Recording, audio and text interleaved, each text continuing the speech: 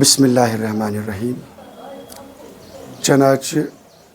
مقاصد شریعت و منٛز چھُ اکھ اہم مقصد تحفظ نسل، تحفظ جان چھُ، تحفظ مال چھُ، تحفظ عقل چھُ، یِتھَے پٲٹھی چھُ اکھ تحفظ نسل۔ محترم اشفاق صٲب بیٚیہِ أہٕنٛدۍ برادر اکبر یِہُنٛد ناو محترم برادر اصغر یِہُنٛد ناو محترم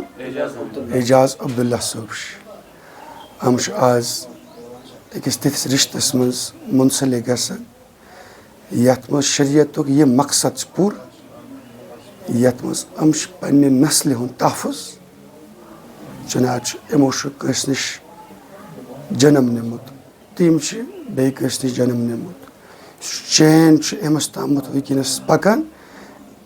أمۍ پَکنو یہِ چین آز اَتھ رِشتَس منٛز یِتھ برونٛہہ کُن، یعنی کہِ أمۍ کوٚر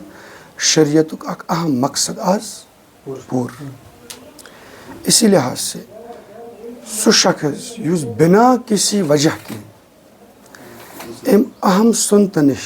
أمۍ اہم کامہِ نِش روٗگردٲنی کَرِ، کُنہِ کُنہِ چھُ گژھان یِتھۍ نفر نظرِ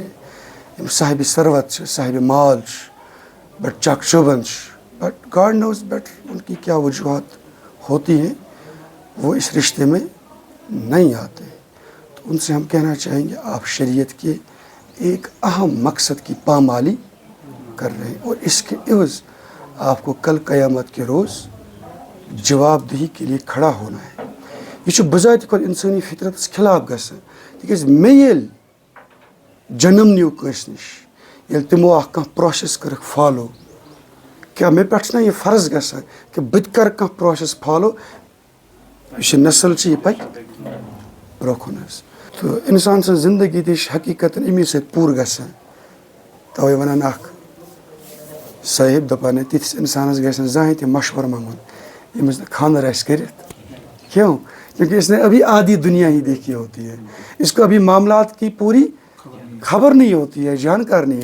نہیں ہوتی ہے، اور سچ بات بھی ہے ییٚمِس اِنسانَس پگاہ عیال بٲری چھِ آسان، بَچہِ چھِ آسان، خانٛداری چھِ آسان، رِشتہٕ دٲری چھِ آسان، مختلف معٲشی معاملات چھِ پٮ۪وان کُنہِ وِزِ نِباوٕنۍ، ٹف صوٗرتحال چھِ کُنہِ وِزِ رِشتَن منٛز پوت گژھان، رۄپیَن دہَن منٛز پوت گژھان، تب آپ جو وتیرہ عمل اختیار کریں گے نا وہی دکھائے گا کہ آپ کے اندر کتنی بلوغت، آپ کتنے چاک چوبند ہیں۔ تو اس لحاظ سے محترم اشفاق صٲب بیٚیہِ أہٕنٛدۍ برادر اصغر چھِ آز اَتھ پاک رِشتَس منٛز منسلک گژھان۔ أسۍ چھِ یِمن خٲطرٕ دعاے خٲر کران تہٕ مزید ونان کہ اصل میں جو رشتے کا معاملہ ہے دیٹ از کہ بہبودی، دیٹ از کہ خوش نودی، دیٹ از کہ رشتن منٛز گژھِ روزُن ملسار، رشتن منٛز گژھِ ماے محبت روزُن، باقی جو کھانا ہے، یہ جو پینا ہے، یہ اگر ہوگا بھی نہیں پرواہ کی بات، یہ سارا کا سارا معاملہ اصل میں ہمیں گائیڈ کرنا چاہیے اس طرح کہ ان کے مابین جو رشتہ ہے یہ تا دم آخر قائم اور دائم رہے۔ اور یاد رہے اشفاق صاحب کو میں بتا دینا چاہوں گا کہ اس رشتے کے پیچھے سب سے زیادہ شیطان کا عمل دخل ہوتا ہے۔ شیطان ہر دن شام کے وقت اپنی پوری مجلس بٹھاتا ہے اور پھر اپنے ہر کارندے سے کہتا ہے آؤ بھائی سناؤ، تم نے کیا کیا، تم نے کیا کیا، تم نے کیا کیا۔ کوئی بولتا ہے میں نے زنا کروا دیا کسی سے، کوئی بولتا ہے میں نے کہیں پر پنگا کروا دیا، کوئی بولتا ہے میں نے قتل کروا دیا، یہ چھُنہٕ ڈائریکٹ کھسان۔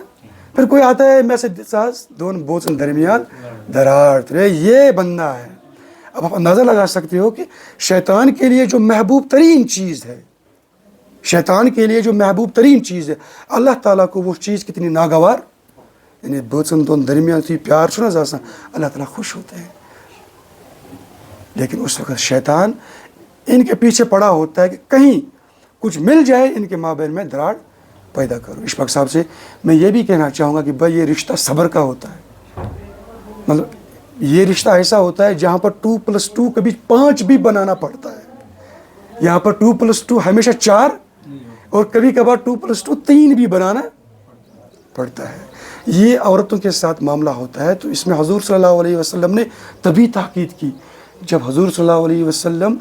آخری لمحات میں تھے، تب بھی فرمایا کہ عورتوں کے معاملے میں بڑا سنجیدہ رہو، ہوشیار رہو، یعنی کہ یہ کہا کہ یہ کبھی غلطی بھی کر سکتے لیکن تم نے اپنی مردانگی کو وہاں ظاہر اللہ خدا بچین کن وز تیس کی کت یت پہ واقعی سٹینڈ پز پر نارملی سان گھرن مز یہ معاملات یہ اگر مرد سر پہ نظر کرے گا نا خود بخود معاملہ ٹھیک انشاءاللہ المستعان. تو صبر یہ شکر ماد حضرت والا شان بے معاف کرنے ماد یہ زیادہ سے زیادہ اشفاق صاحب آپ کو اپنے اندر پیدا کرنا ہے. ان دا اینڈ ہم آپ کے لیے آپ کے بھائی کے لیے دعا گو ہے کہ اللہ تعالیٰ پکنائن تہند یہ رشتہ تادم آخر اتنا تادم آخر کہ قیامت کے روز بھی آپ اپنی اس شریک حیات کے ساتھ جنت میں ایک ساتھ ہوں. یہاں پر ہم حوروں کا تذکرہ کرتے ہیں نا اور حوروں کو بڑا خطرناک چیز بڑی میٹھی چیز بنا کر پیش کر دیا جاتا ہے. لیکن اشفاق صاحب بتا دینا چاہوں گا جہاں تک میں نے اس بارے میں غور خوض کیا ہے حالانکہ جنت اور جہنم کی پوری تصویر ہمارے سامنے ہمیں تمثیلات کے ذریعے سے سمجھایا جاتا ہے. لیکن یہ جو آپ کی اطاعت شار نیک پاک باز بیوی ہوگی نا جب جنت میں آپ کے ساتھ ہوگی حور اس کے سامنے کچھ نہیں ہے. تو یہاں پر جو ہماری بہنیں ہیں نا ہماری مائیں ہیں یا ایسے لوگ جو کہتے ہیں کہ بھائی ان کے سامنے حور ہی سب کچھ ہے، نہیں، حور سے بھی برتر وہ خاتون ہے جو اپنے خاوند کے ساتھ جنت میں اس کے ساتھ ہوگی. حور اس کے سامنے کچھ بھی نہیں ہے. اور اس مرد کے اندر بھی وہی پھر اس وقت ایک احساس پیدا ہوگا کہ اس کو حور کی طلب شاید نہیں پڑے گی. ریسرچ ہوئی ہے کہ یہ تو زیادہ رشتہ آسنو مگر میٹھ رشتہ آسنو مزدار رشتہ آسنو یہ ڈٹرمائن کریں گی آپ کی لائف کی لانگیٹیوٹی، یعنی آپ کتنا لمبا جئیں گے نا یہی چیز ڈٹرمائن کرے گی. اور یہ بات حدیث سے بھی ثابت ہے. چنانچہ تقدیر کے جو معاملے ہیں نا یہ ویسے تو فکس ہیں لیکن تقدیر کے کچھ حصے ایسے ہیں جو کبھی کبھار ادھر ادھر ہو جاتے ہیں. مثال کے طور پر دس نے پنی ماج دئی کھر کہیں بڑ ماج دئی کھر کچھ انسان کو نہ دئی کھر، ٹھیک ہے، اس سے آپ کی عمر میں بڑھوتری ہو جاتی ہے. اور رشتے میں اگر آپ ہمسائی کے ساتھ صلہ رحمی کرو گے، بیوی کے ساتھ صلہ رحمی کرو گے، والدین کے ساتھ صلہ رحمی کرو گے، یہ آپ کے لیے دل میں نیک دعائیں اور اللہ تعالیٰ کو بھی پسند ہے ایسے ہی اشخاص جو دنیا میں رہ کر دنیا والوں کے کام آ سکے.